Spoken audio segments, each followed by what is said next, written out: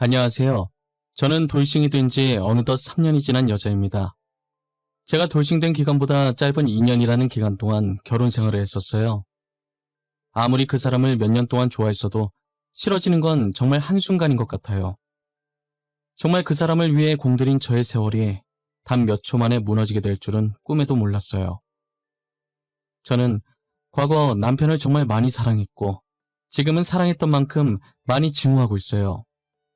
제가 이 나이 되도록 살면서 누군가를 이렇게 싫어한 적도 없는 것 같아요. 여기에라도 풀어야 이 감정이 조금이라도 사그러질 것 같아서 이렇게 글을 쓰게 되었어요. 누군가에게, 특히 모르는 사람에게 제 얘기를 해본 적이 없는데 오늘은 용기를 내서 한번 해보려고 해요. 제가 조금 떨려서 다소 두서없이 말할 수도 있는데 양해 부탁드릴게요. 2년 연애하고 결혼했으니 그 사람을 처음 만난 건 7년 전이겠네요. 저희는 제가 친구 대신 나간 소개팅을 통해서 만나게 됐어요. 친구는 그때 좋아하는 사람이 있었어서 저를 억지로 소개팅에 내보냈었어요. 당시 저는 고등학교 교사였고 남편은 중학교 교사였거든요. 두 사람 다 같은 직업을 삼고 있으니 각자 학교 얘기를 하면서 말이 잘 통했어요. 교사라는 공통점으로 말을 트기 시작했고 나중엔 자연스럽게 취미 얘기로 빠지게 되더라고요. 소개팅은 물 흐르듯 흘러갔고 다음 약속도 잡았어요. 저희는 그렇게 몇 번 만나고 둘 다 나이가 있는지라 결혼을 전제로 연애를 시작했어요. 저희는 짧다고 하면 짧고 길다고 하면 긴 2년이라는 연애를 끝마치고 부부의 연을 맺게 되었습니다. 저는 친정어머니, 아버지도 두 분 다 건강하게 계셨고 여동생, 남동생 있는 동생 부자였어요. 남편은 외동에 20살이 되던 해에 사고로 아버지를 여의고 혼자서 어머니를 모시고 살고 있었어요. 남편이 못 살았던 건 아닌 것 같은데 시아버지께서 생전 돈을 되게 중요하게 여기셨다고 하더라고요. 시아버지께서 어릴 때 못 살았다가 커서 막노동하고 안 해본 일이 없을 만큼 열심히 일해서 다 무너져 내려가는 집안을 일으켰다고 하더라고요. 그런 걸 보고 자라서 그런지 남편과 시어머니도 돈과 명예를 중요시 여기는 것 같았어요. 아무래도 이 세상은 돈과 명예가 있어야 살아남을 수 있는 세상이었으니까요. 친구들한테 말도 못했었는데 사실 저는 제대로 된 프로포즈도 받아보지 못했어요. 남편은 선물 같은 건 다 보잘것없다고 진실된 마음만 있으면 되는 거 아니냐며 진심을 눌러 담은 편지를 주며 프로포즈를 했어요. 당시 저는 뻔한 프로포즈가 아닌 다른 사람과 다른 특별한 프로포즈를 받은 것 같아 감동이었지만 지금 생각해보면 돈 아까워서 돈 안 드는 선에서 하려고 많은 노력을 했던 것 같아요.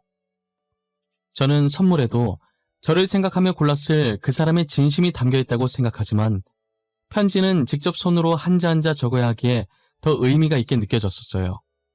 그리고 편지는 쓰는 내내 계속 제 생각을 하면서 썼을 거 아니에요. 저는 이 사람은 뻔하지 않고 늘 제 예상을 빗나가는 특이한 사람이구나 싶었어요. 이런 사람이랑 살면 사는 동안에 여느 결혼 생활처럼 뻔하진 않겠다는 생각을 했어요. 결혼한 지 얼마 되지 않아서 그 생각은 정말 처음 생각했던 의미와는 전혀 다른 의미로 제게 와닿았어요. 제 바람보다 훨씬 더 뻔하지 않은 결혼 생활에 당황한 적이 한두 번이 아니었거든요. 저의 황당스러운 결혼 생활은 그렇게 시작되고 있었습니다. 제가 그토록 꿈꿔왔던 사랑하는 사람과의 신혼생활과 결혼생활은 이런 것이 아니었는데 다른 사람들처럼 놀러 다니고 맛있는 거 먹으러 다니며 행복하게 지낼 줄 알았어요. 하지만 제 생각과 달리 저는 이 집안에 식모로 들어온 사람처럼 살아야 했어요. 저희는 혼자 계시는 시어머니가 걱정되어 시댁으로 들어가 시어머니를 모시며 살았었어요. 저는 당시 효자 아들이라 그런 줄 알았는데 알고 보니 집 살 돈이 아까워서 본가살이를 한 것이었어요. 연애할 때야 남편이 돈 계산하는 거 보면 알뜰살뜰하다, 돈 관리 잘하는 게 멋있어 보인다 정도로 보였죠. 시집 오기 전엔 시댁 식구들이 이렇게까지 짠돌이인 줄을 몰랐어요. 그럴만도 한 게 지금 생각해보면 결혼 전엔 시댁을 방문한 적이 한 번밖에 없어서 몰랐던 것 같아요. 결혼 허락받을 때 잠깐 간 게 달아 그 짧은 시간 동안 이 집안이 어떤지 짐작할 수가 없잖아요. 그렇다고 제가 초면에 집안을 이리저리 둘러볼 수도 없는 노릇이니까요. 연애 시절엔 뭘 해도 다 좋아 보일 시기니까 돈 아끼자는 말을 입에 달고 다녀도 아무 생각이 없었어요. 저는 뭐가 됐든 남편과 함께라는 자체가 좋아서 남편이 하자는 대로 다 해줬었죠. 남들보다 근사하지 못한 데이트를 해도 그저 좋았었어요. 오히려 벌써부터 돈 관리가 확실한 남편이 자랑스러웠어요. 하지만 그 생각도 결혼과 동시에 유리 깨지듯 산산조각이 나버렸어요. 저는 돈을 그렇게 못 버는 것도 아닌데 강제로 허리띠를 졸라매야 했어요. 저도 사치하는 편은 아니라서 명품 가방 하나조차 없는데 그나마 돈을 쓰는 게 화장품이었거든요. 피부가 워낙 예민해서 싸구려 화장품은 절대 못 쓴단 말이에요. 그래서 제가 쓰는 화장품들을 보면 다른 화장품들보다 가격대가 조금 비싸요. 아가씨 시절엔 어차피 돈을 벌고 저 혼자 쓰는 돈이니까 아낌없이 발랐었어요. 하지만 결혼함과 동시에 그 화장품들을 쪼개고 쪼개서 정말 조금씩 써야 했죠. 화장품 다 써서 사려고 하면 남편과 시어머니의 혼잣말 같은 잔소리를 몇 시간이나 들어야 했거든요. 이렇게 제 돈으로 사는 건데도 제가 눈치를 봐야 하는 지경이었어요.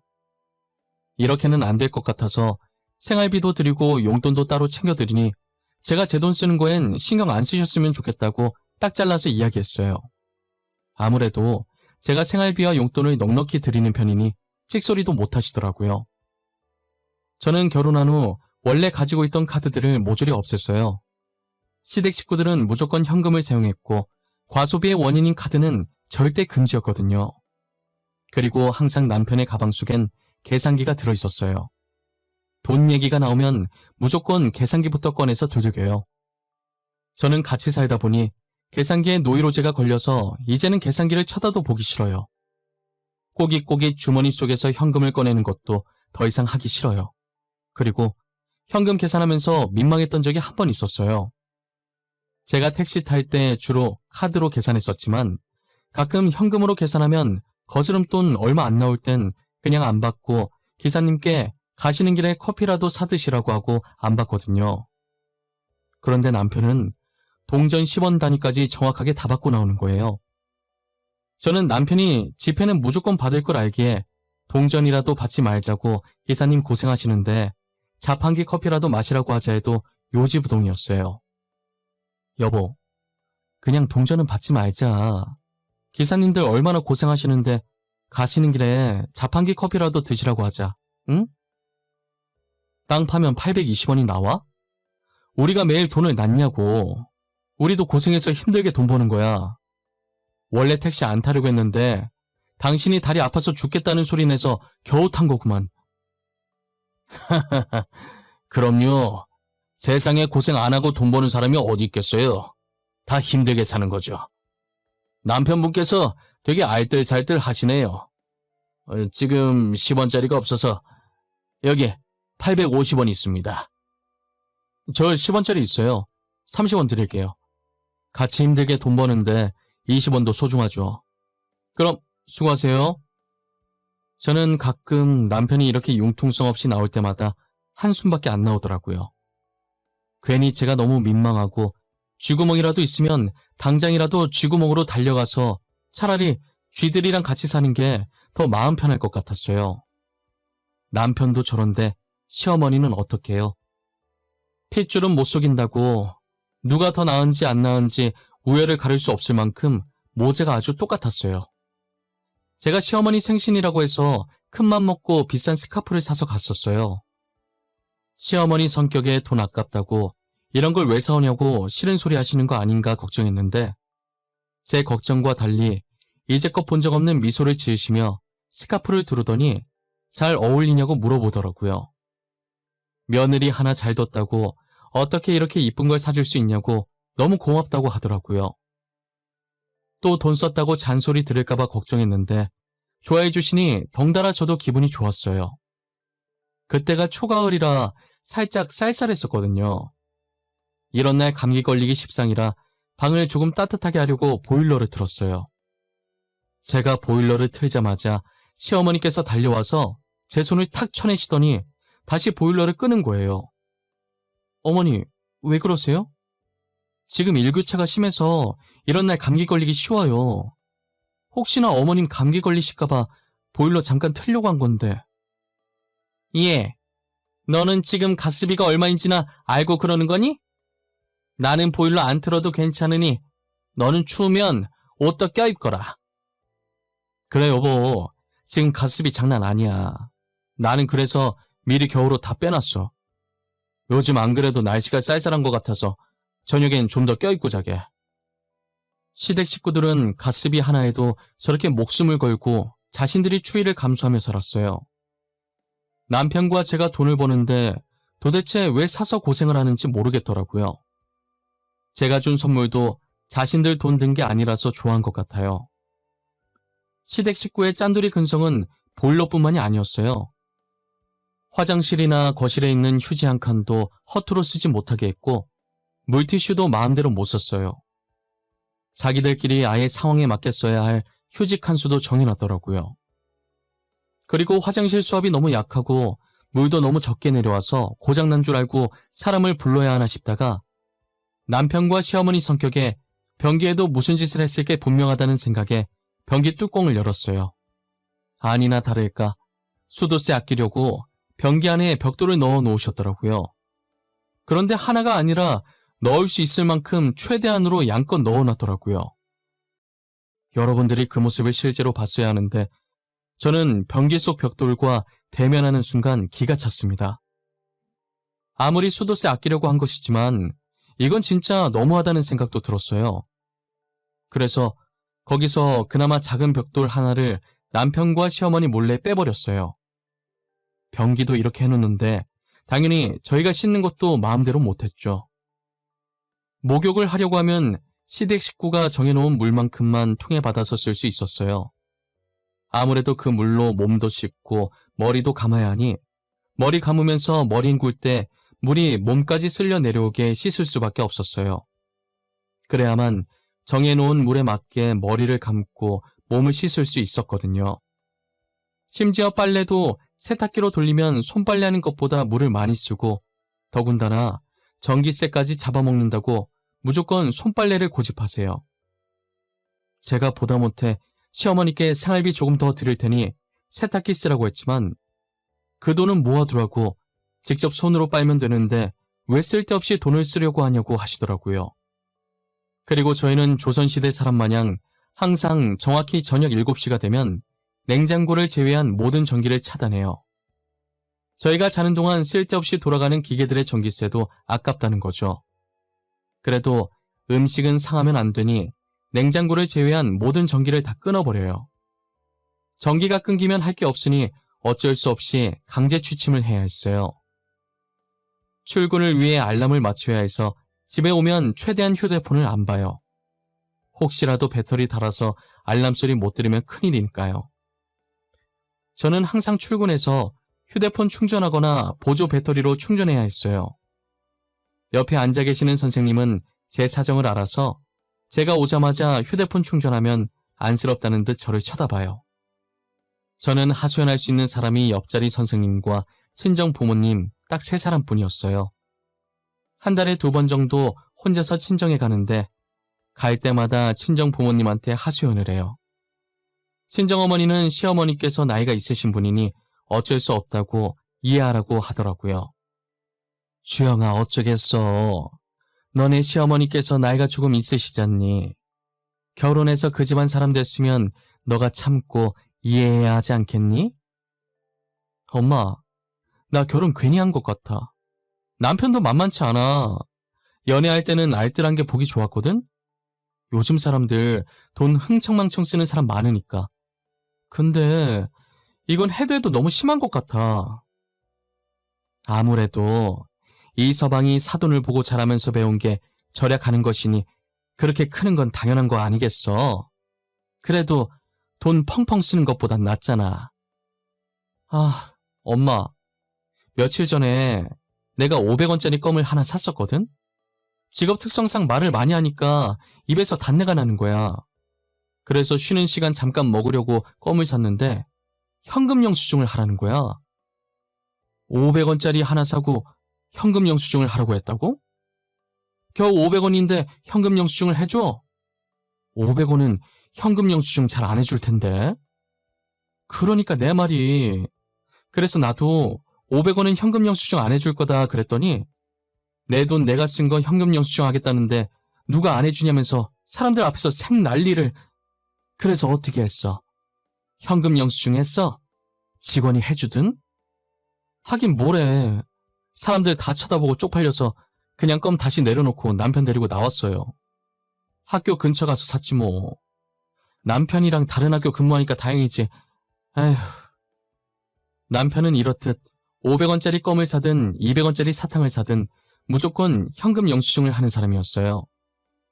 절대 무슨 일이 있어도 카드 사용은 안 되고 무조건 현금을 사용해야 하며 현금 영수증에다가 무조건 지류 영수증 끊어서 가계부 작성까지 해야 한다고 저한테 시켜요. 저는 그래서 자잘하게 사는 건 남편 몰래 혼자서 사서 들어오죠. 저는 친정도 가족이라고 생각하고 친정 부모님께도 짠돌이 짓을 할 줄 알았어요. 그래서 최대한 친정 부모님과 시댁 식구를 마주치지 않게 하려고 했거든요. 제 고통을 친정 부모님께 나눠드리고 싶지 않았으니까요. 그런데 저희 친정어머니 생신 때 부모님께서 저희 부부를 초대하신 거예요. 항상 저만 가서 축하해드리고 집으로 돌아왔었거든요. 제가 매일 시댁 눈치 보며 배달 음식을 시켜 먹거나 외식하는 건 꿈도 못 꾸니까 자신의 생일을 핑계 삼아 딸한테 맛있는 거 먹이려고 그러신 거예요. 비싼 레스토랑 예약했다고 하니 남편이 그러냐면서 알겠다고 하고 넘어가는 거예요. 저는 음식도 조금 나오는데 가격만 비싼 곳에 왜 가냐고 한 소리 할 줄 알았는데 안 그러더라고요. 친정 부모님께는 선을 지키고 짠돌이 짓을 안 하는구나 싶었어요. 근데 전혀 예상치 못한 행동으로 짠돌이 짓을 하더라고요. 저는 그날 먼저 부모님을 만나서 같이 백화점에 가서 쇼핑도 하면서 간만에 데이트를 했어요. 아버지 차를 타고 약속했던 레스토랑에 갔는데 남편이 먼저 와서 앉아있더라고요. 저는 남편이 보이자 반가운 마음에 웃으면서 손을 흔들려고 했는데 화장실에서 시어머니께서 나오시더니 남편 옆에 앉는 게 아니겠어요? 저는 무슨 상황인지 사태 파악이 안 돼서 친정 부모님을 쳐다보니 난처하다는 듯 웃더라고요. 알고 보니 남편이 친정 부모님께 시어머니도 나름 가족인데 같이 축하해드리면 어떠냐고 말해서 시어머니도 데리고 온 거예요. 친정 부모님 입장에선 축하해주겠다는데 거절하면 꼴이 이상하니 허락을 하신 거고요. 저 두 사람은 어차피 자기들이 돈 쓰는 거 아니니 이참에 뽕을 뽑으려고 한 거예요. 그리고 남편은 친정에서 주는 값비싼 물건들도 넙죽넙죽 잘 받았어요. 그러면서 자기 어머니도 이런 거 하면 잘 어울릴 것 같다면서 혼잣말인 것처럼 말해서 은근슬쩍 시어머니 것도 바랄 때가 있었죠. 본인 돈만 아니면 뭐든 오케이인 사람들이었어요.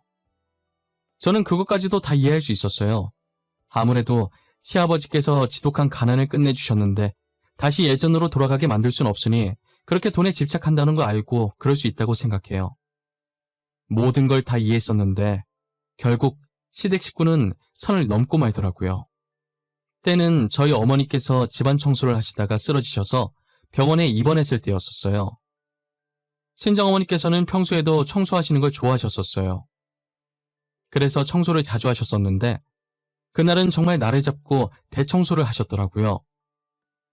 먼저 화장실 바닥에 락스를 뿌려 놓으신 뒤에 다른 곳부터 청소를 하셨대요. 화장실 청소만 남아서 어머니께서 청소를 하러 들어가셨는데 바닥에 락스 뿌려놓은 걸 깜빡하고 그냥 들어가신 거예요. 친정어머니는 락스에 미끄러지셨고 쓰러질 때 머리가 바닥에 부딪혀 그대로 의식을 잃으셨어요. 잠깐 집안 마트 갔다 왔던 아버지께서 쓰러진 어머니를 발견하고 급하게 병원으로 이송했어요. 저는 아버지께 연락을 받고 놀라서 수업하다 말고 병원으로 향했어요. 제가 도착하니 어머니는 이미 수술실에 들어가셨고 아버지는 수술실 앞에서 서성이고 계시더라고요. 남편도 제게 소식을 듣고 병원으로 한 걸음에 달려왔어요. 몇 시간 만에 어머니는 수술실에서 나왔고 중환자실로 옮겨졌어요. 연세가 있으신지라 수술 후에도 의식을 못 찾고 사경을 헤매시더라고요. 아버지는 자기가 옆에 있었어야 했다면서 잠시 마트 갔던 자신을 탓하고 계시더라고요. 저는 아버지 탓이 아니라고 어쩔 수 없는 사고였다고 다독였어요. 저까지 슬퍼하면 안 될 것 같아서 눈물을 참았어요. 다른 지역 살던 동생들이 병원에 도착했고 동생들에게 어머니와 아버지를 맡기고 잠시 짐을 챙기러 병실을 나왔어요. 남편의 이해할 수 없는 행동은 그때부터 시작이었어요. 남편은 중환자실을 나오자마자 병원비 얘기부터 하더라고요. 여보, 장모님 병원비는 어떻게 해? 당신이 장녀니까 우리가 계산해야 돼? 아, 장모님 보험은 들어놓으셨을려나? 보험이라도 들어놔야 병원비를 적게 내는데. 당신은 이 상황에서 돈 걱정이니? 우리 엄마 저렇게 누워있는 거 보면서도 병원비 얘기를 해?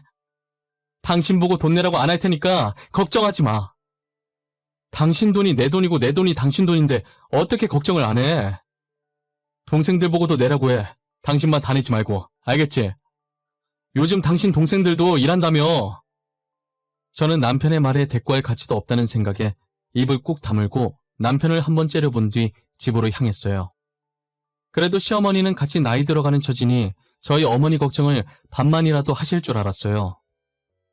그런데 집에 가자마자 시어머니도 남편이랑 똑같이 저를 붙잡고 병원비 얘기부터 하더라고요.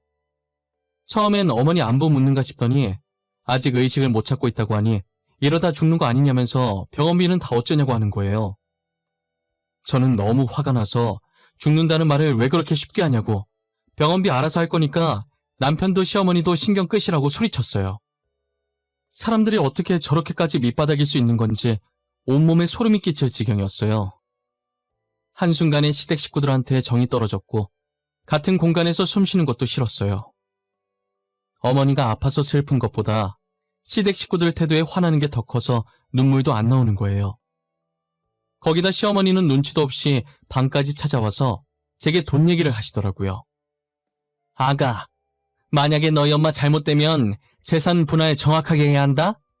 들어보니 네 밑으로 동생 2명 있다던데 동생들한테 주면 안 된다. 장녀인 네가 다 가지겠다고 해. 알겠지? 어머님, 지금 재산 걱정할 때가 아니라 저희 어머니 걱정하실 때 아니에요? 안 싸돈이야 안타깝지.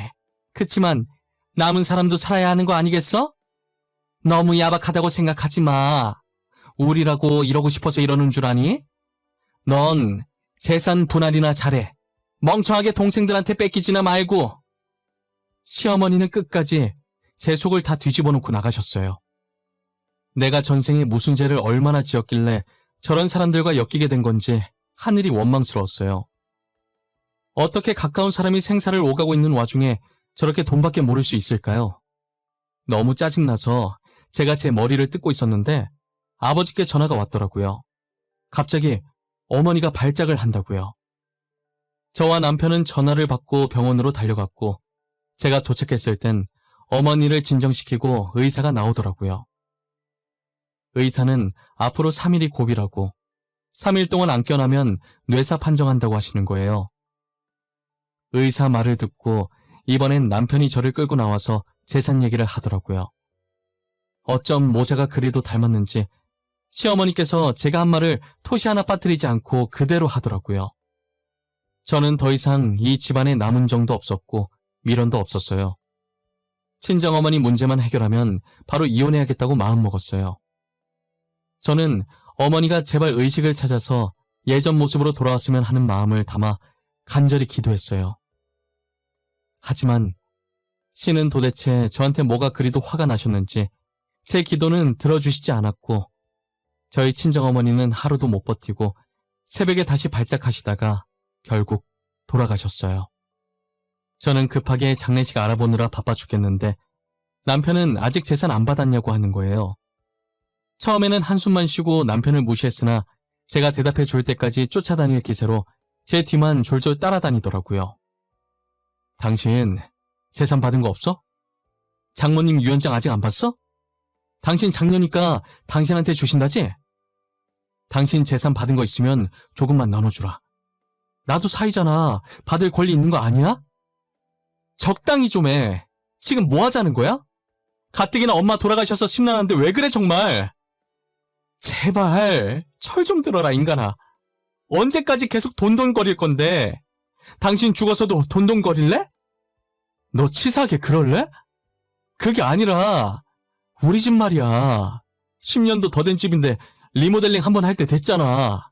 그런데 나한테 그런 큰돈이 어딨겠어? 어차피 당신도 같이 사는 집이고 재산 받은 거 있으면 3천 정도만 좀 주라. 리모델링 좋아하시네.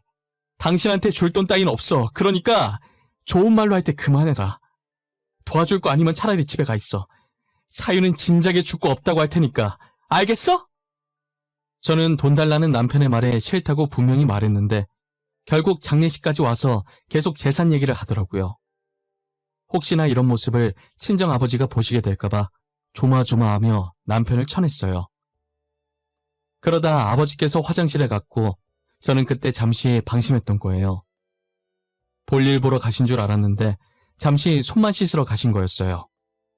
화장실에서 나오신 아버지는 우연히 복도에서 남편이 제게 하는 얘기를 들으신 거예요. 아버지는 제가 말릴 틈도 없이 남편에게 가서 남편 뺨을 내리치셨어요. 방심한 상태에서 엄청난 힘으로 맞은 남편은 보기 좋게 나가 떨어졌어요.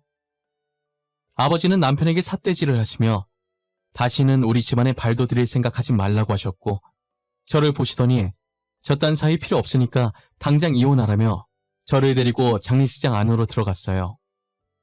와중에 남편은 뺨 맞고도 정신을 못 차렸는지 친정아버지 다리 붙잡고 자신한테도 재산 준다고 하라고 그러면 이혼하겠다고 울부짖더라고요. 저는 끝까지 밑바닥을 보이는 남편에게 오만정이 다 떨어졌고 친정아버지는 남편의 손을 뿌리치고 더러운 것 묻었다는 듯 다리를 털었어요.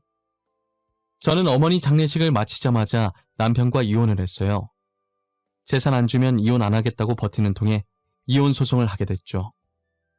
긴 소송 끝에 판결은 저의 손을 들어주었고 아직 아이가 없는 탓에 위자료는 조금밖에 못 받았지만 소송을 통해 그동안 제가 받은 정신적 피해 보상으로 2천만 원을 받아냈어요. 아버지한테 그렇게 맞고 무서워서 친정 근처에도 안 올 것 같던 전 남편이 친정까지 찾아와서 제게 따지더라고요. 이혼에 위자료에 피해 보상까지 한 걸 알고 시어머니가 쓰러지셨다면서요. 야, 너 이제 어쩔 거야? 너 때문에 우리 엄마 쓰러졌는데 어떻게 할 거냐고! 너 우리 엄마 정신적으로 피해 입은 거 보상해줘야 할 거야. 내가 고소할 거니까! 백날 고소해봐라. 자기가 잘못해놓고 정신적 피해 보상 바란다고 하면 판사도 웃겨서 박장대소할 거다. 괜히 나대다가 쪽당하지 말고 그냥 꺼져. 너 정말 1억이야? 그래, 내가 잘못했다. 그런데 우리 엄마 입원해서 병원비 들게 생겼단 말이야. 나 알잖아. 나 당신한테 위자료 주고 돈 없는 거. 그래도 함께한 세월이 있는데 200만 원이라도 주면 안 돼? 아니, 100만 원이라도. 너는 똥 닦을 때도 휴지 한 칸만 쓰면서 그렇게 아껴놓고 그동안 돈 안 모으고 뭐 했니? 돈 쓸 구석이 전혀 없었는데 돈 안 모으고 뭐 했냐고. 주식으로 다 날렸어. 친구가 이번엔 진짜 대박 건수 잡았다 해서 모아둔 돈 다 투자했단 말이야. 그런데 이렇게 될 줄 누가 알았겠어? 당장 엄마 병원비 결제할 돈도 없어. 그러니까 제발 100만 원만, 어? 전 남편은 끝까지 100만 원만 달라며 제 바지가랑이를 붙잡고 매달렸어요. 저는 그간 같이 살았던 세월을 생각해서 지갑에 있던 10,000원짜리 10장을 던져주고 자리를 떠났어요. 와중에 돈 날아갈까 허겁지겁 돈 줍는 남편 모습을 보니 싫은 걸 넘어서 혐오감까지 들더라고요. 다시는 우연이라도 마주치고 싶지 않은 생각에 친정아버지께 말하고 이사를 갔어요. 저는 지금 전화번호도 바꾸고 전 남편의 흔적을 모조리 지웠어요. 애초에 전 남편한테 받은 것도 없어서 정리할 게 별로 없었지만요. 이제 아픈 과거를 모두 잊고 앞으로는 아버지만 바라보며 남은 인생 효도하면서 살려고 합니다. 간혹 어머니 생각에 가슴이 옥신거리긴 하지만 씩씩하게 잘 살아보려고요. 제가 이야기를 통해 여러분들에게 하고 싶은 말이 있어요. 살면서 너무 돈에 목숨 걸지 않았으면 좋겠어요. 돈보다 더 가치 있는 것들이 세상에 너무 많거든요. 지금까지 제 이야기 들어주셔서 감사하고 모든 분들이 항상 건강하셨으면 좋겠어요.